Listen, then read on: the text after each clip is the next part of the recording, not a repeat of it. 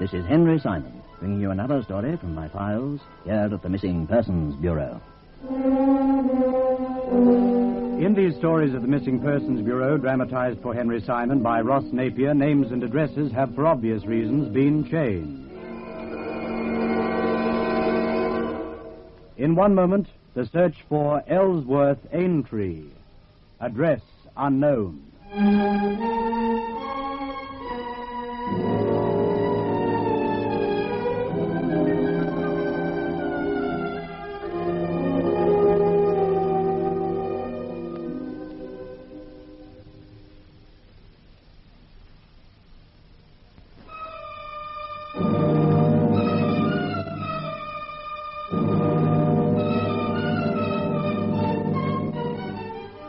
And here again is Henry Simon. It is inherent in our natures that we should support the underdog of any particular struggle or contest we might happen to witness.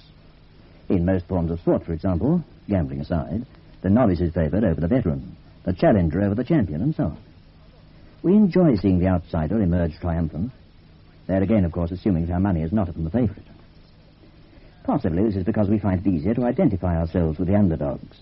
Or perhaps it's simply a product of our insatiable appetite for the unexpected. But whatever it may be, one thing is certain. We like to see the little man win. Now, you're probably wondering what all this is going to lead.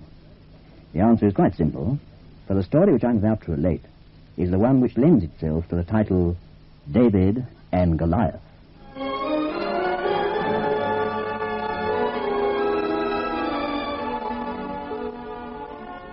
It had its beginning for us here at the Missing Persons Bureau on a warm August morning in 1954.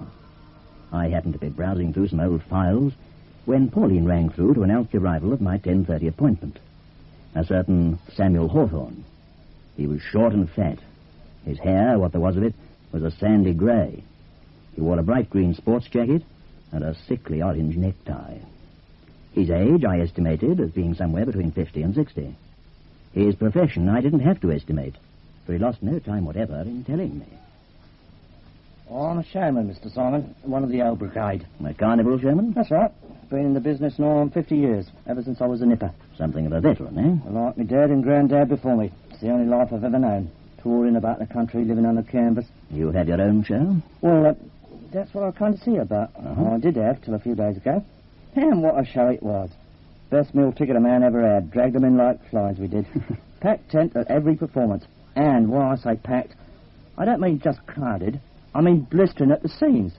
Crammed to capacity so you couldn't draw a breath. What's more, there wasn't no one didn't get their money's worth. Every penny of it. And there's all too few in my game that can make that boast. I won't dispute that point with you.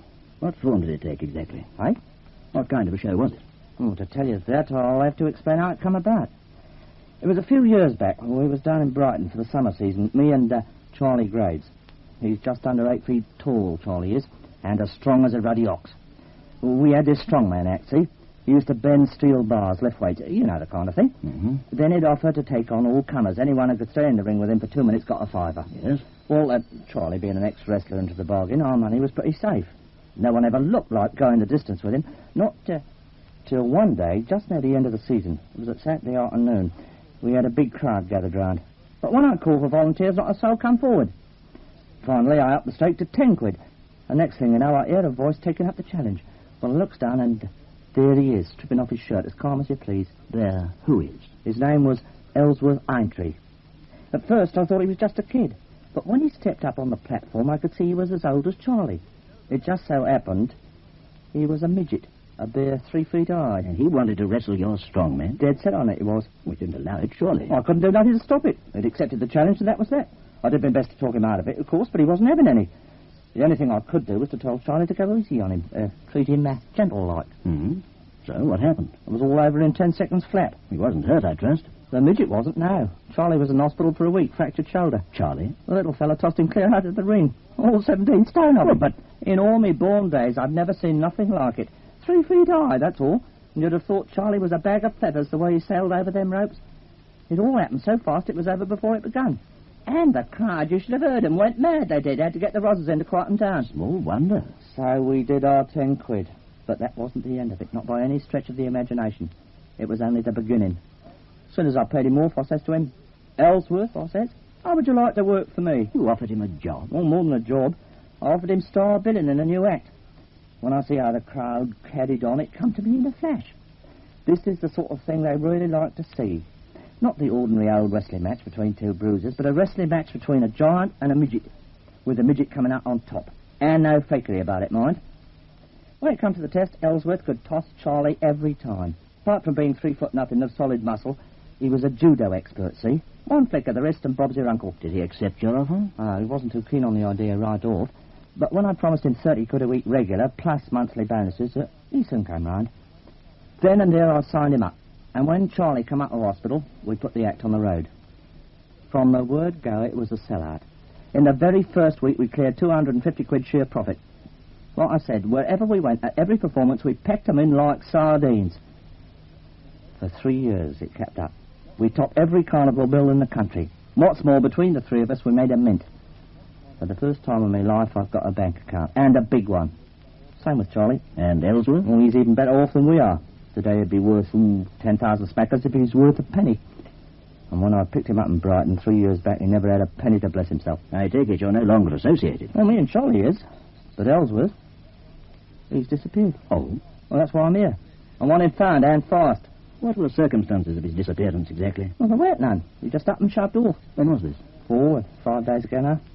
And here we are, due to open in London beginning of next week. So from where? The Emperor's Hall. Got a feature booking for 6 weeks. I see, you're no longer on the road then. Well, he was till the end of last month. Then we come up to London to brush up the act. Well, I mean to say, we've never been booked for nothing like this before. We wanted to make the most of it, rehearse a few new twists.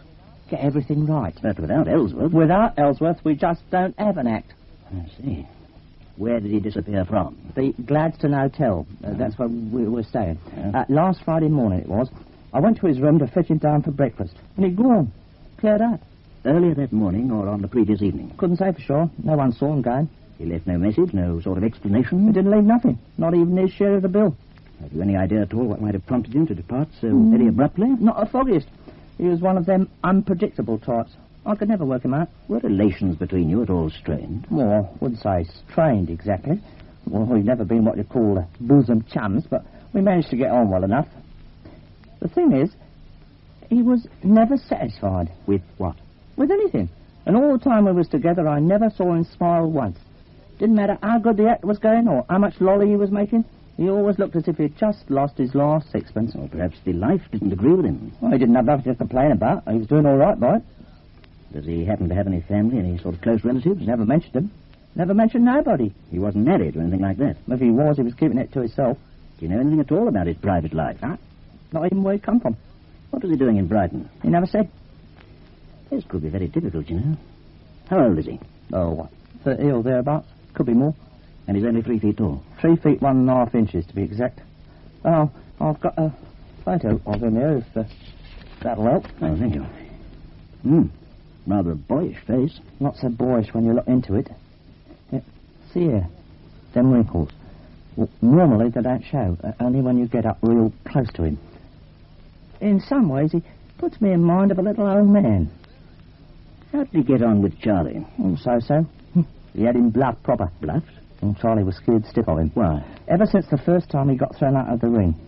He's looked on him as being some sort of supernatural being. He's all brawn, is Charlie. Not much up on top. Oh, I see. Plenty of heart, though. Give it a shot of his back, he would. Which is more than could be said for little Davy. Davy? Elsworth. That's how he's known in the business. He and Charlie, they get the billing straight from the Bible. Oh? David and Goliath.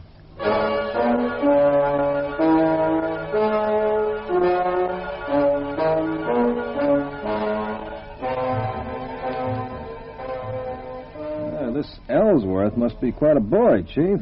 3 feet tall, and he can look a guy almost 3 times his size. A 17-stone strong man at that. Yes, it does seem incredible. You sure Hawthorne was on the level when he said the act was legitimate? I'm not sure of anything, Study. I'm just repeating what he told me.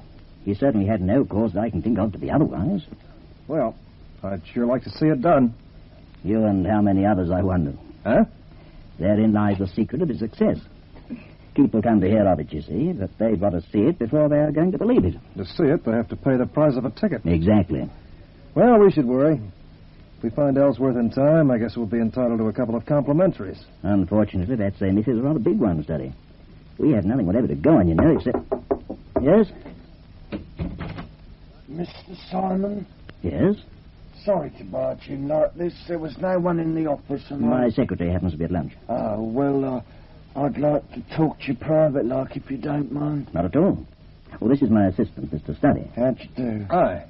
Well, I'll leave you to it, Chief. Fine, I'll buzz if I need you. Well, now, sit down, won't you? Oh, thanks. Mr. Graves, isn't it? That's right. Charlie Graves.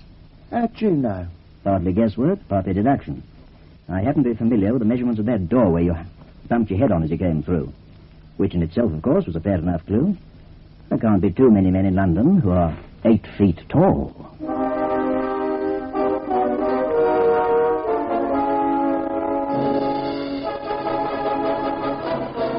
Henry Simon returns to continue this story in just a moment. And here again is Henry Simon.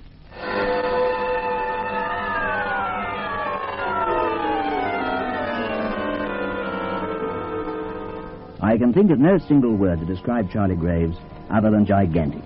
He was indeed a mountain of a man, and I didn't have to be a Sherlock Holmes to guess his identity, especially as his employer, Sam Hawthorne, had left my office not an hour before. What I couldn't guess, however, was the reason for his visit, nor, under the circumstances, did I have the slightest inclination to try.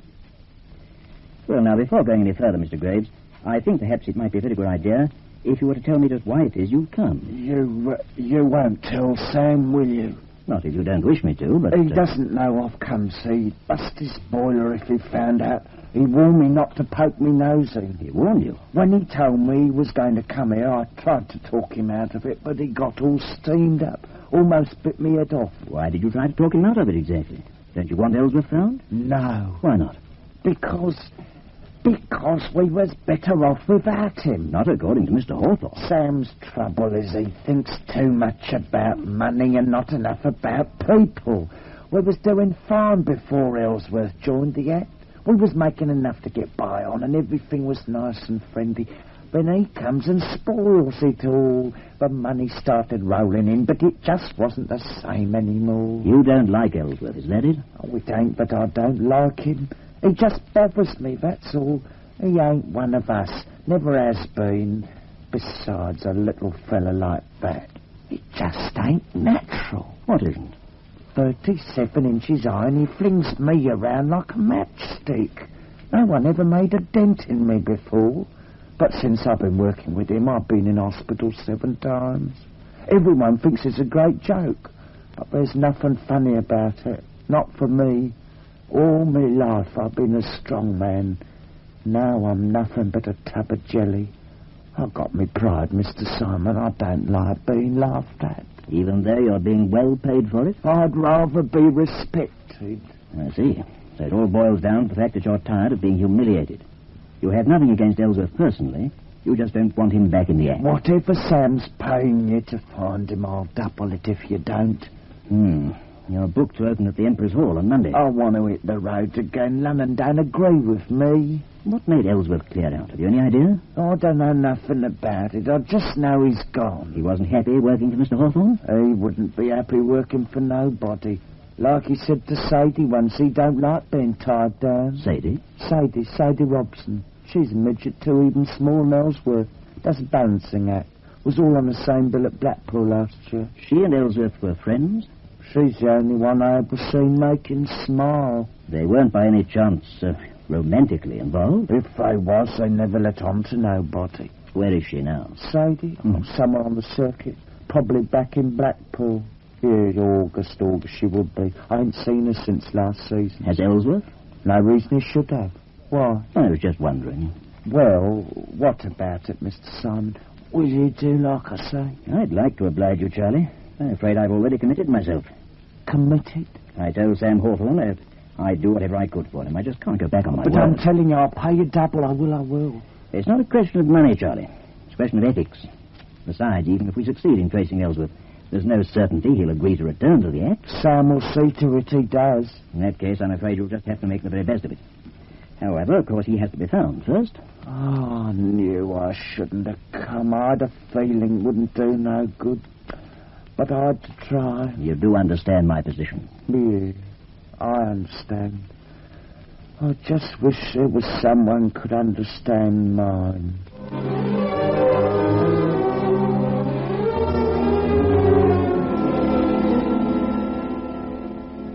There was something curiously touching about Charlie Graves that made one instinctively want to help him. Unfortunately, of course, my hands were tied, and there was little I could do except instruct Study to proceed with the investigation. Ironically enough, the giant had unwittingly supplied us with a lead, namely Sadie Robson, the female midget, who had appeared on the same bill as our quarry in Blackpool the previous year, and with whom he'd been very friendly. Accordingly, we contacted the variety agent in Blackpool, who duly verified the fact that Miss Robson was appearing in the first half of the program at the Blackpool Tower. So it was on the following day, shortly before noon, that Study arrived at the famed seaside pleasure resort. It was the peak of the summer season, and the promenade was a hive of bustling activity, a seething mess of stalls, sideshows, and sweating humanity. On the beach, every spare inch was taken up by a solid carpet of sunbathers basking on the sand. A dazzling pattern of brightly colored costumes and simmering flesh, broken only by the shadow of the great Blackpool Tower, hovering above it all like some prehistoric beast watching over its young. In the massive foyer of the tower, Study made his way to an inquiry desk, where he spoke to the reception clerk who was on duty. I understand you have a Miss Sadie Robson appearing in the show here. Robson? She's a midget, does some kind of a balancing act. Oh, yes, of course. Very clever. Well, I have an urgent message for her. Any idea where she might be? Well, she has a matinee performance at 3. Well, I'm afraid it's a little long for me to wait. If I could catch her at her hotel or wherever she's staying, I think I... Just a moment. Should have a note of it here somewhere. People are always making inquiries, wanting to know where... there we are. Miss Sadie Robson, care of the Paradise Hotel.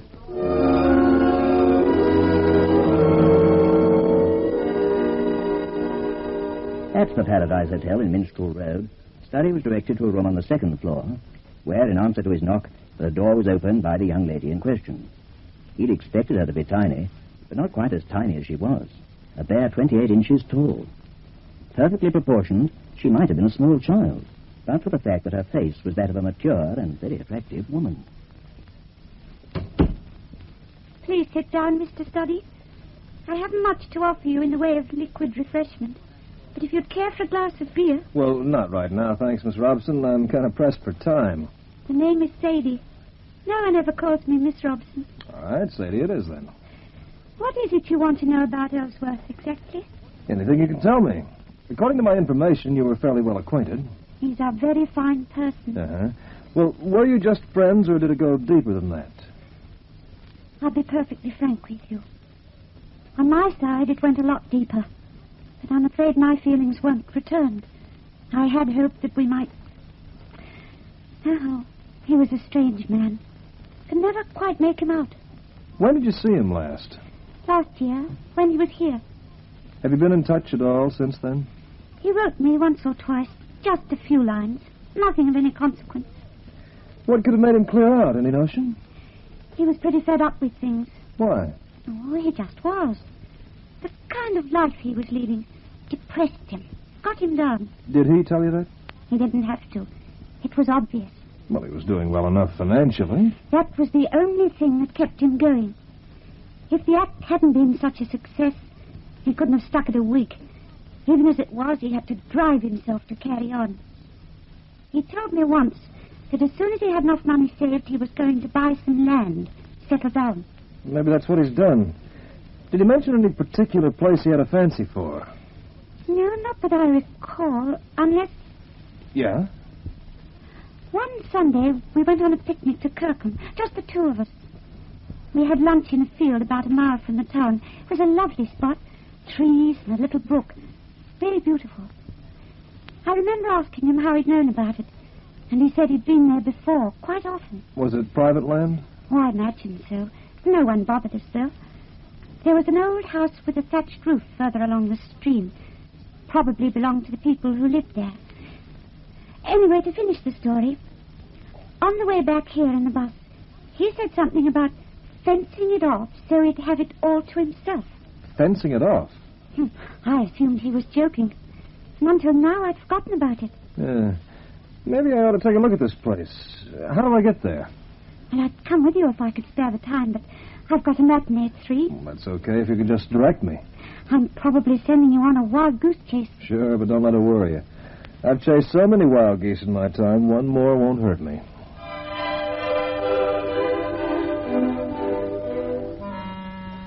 Two hours later, Studdy alighted from a bus on the outskirts of Kirkham, a town some 5 miles inland, southeast of Blackpool. Following the directions given him by Sadie Robson, he then proceeded across country on foot until he reached a narrow stream, which led him at length to a rickety wooden footbridge. Crossing this, he found himself in just such a field as Miss Robson had described, even to the trees that shelter the banks of the brook. I don't know if you're aware of it, my friend, but this is private property. The voice came from behind him, and turning, the agent found himself confronted by a man in a straw hat and khaki overalls. A perfectly ordinary-looking man, except for the fact that he was only 3 feet tall.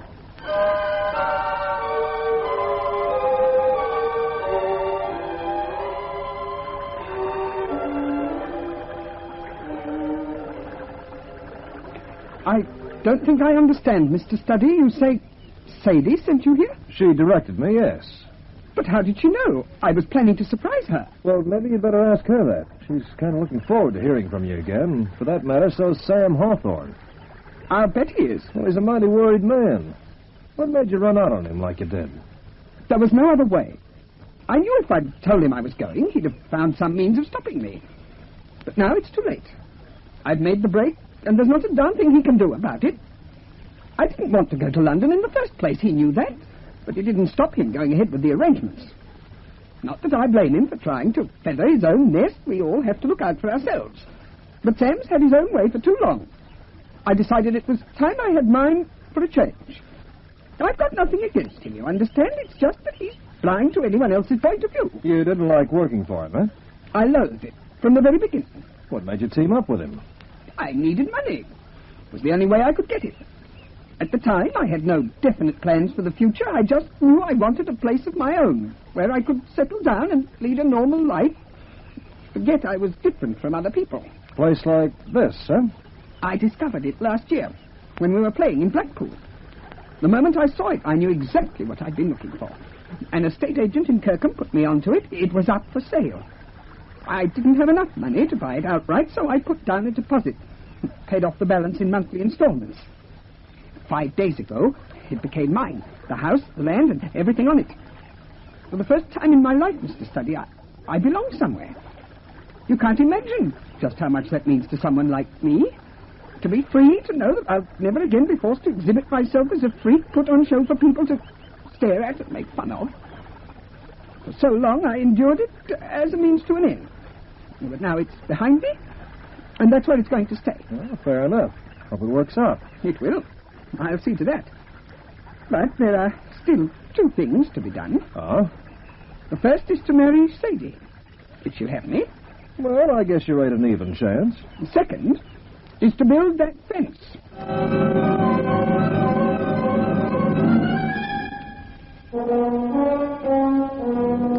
Henry Simon returns to conclude this story in just a moment. And here again is Henry Simon. On his return to London, Studdy made a full report to Sam Hawthorne, who, needless to say, left at once for Kirkham. He could have saved himself the trouble, however, for Elsworth Aintry was not to dissuade from his resolution.